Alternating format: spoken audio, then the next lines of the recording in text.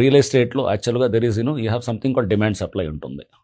Demand సప్లైలో lot of units మీరు చూస్తే కనుక ఎవరైనా కానీ ఇప్పుడు ఈ క్రెడై వాళ్ళు కానీ లేకపోతే మీరు ఈ బిల్డర్స్ అసోసియేషన్స్ వాళ్ళతో మాట్లాడితే we have surplus of units right now. అంటే Correct. ఇల్లులు చాలా దాదాపు Demand 3-4 లక్షల ఇల్లులు ఇప్పుడు కట్టి అమ్ముడు పోకుండా ఉన్నాయనేది దట్ వాస్ ద వాళ్ళ మీరు క్రెడైట్ డేటా కానీ లేకపోతే ఎవరిదైనా కానీ తీసుకోండి. సో అంటే చాలా ఇల్లు కట్టారు, ఎప్పుడో హై రైజ్ స్టార్ట్ చేశారు, హై రైజ్ బిల్డింగ్స్ లేకపోతే అపార్ట్మెంట్ స్టార్ట్ చేసి ఇప్పుడు అంతా కూడా సప్లై ఎక్కువైపోయింది. ఇన్వెంటరీ అమ్ముడు పోని inventory, unsold inventory is become too much.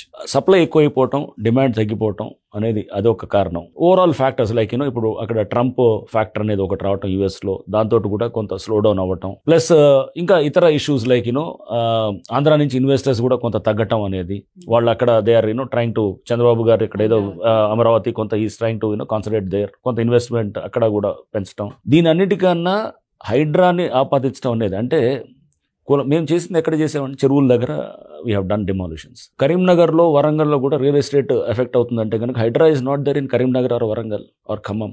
But అక్కడ ఎందుకు రియల్ ఎస్టేట్ స్లో డౌన్ అయింది? అండ్ చెరువుల దగ్గర కాకుండా తక్కిన చోట్లన్నింటిలో కూడా ఎందుకు స్లో డౌన్ అవుతుంది?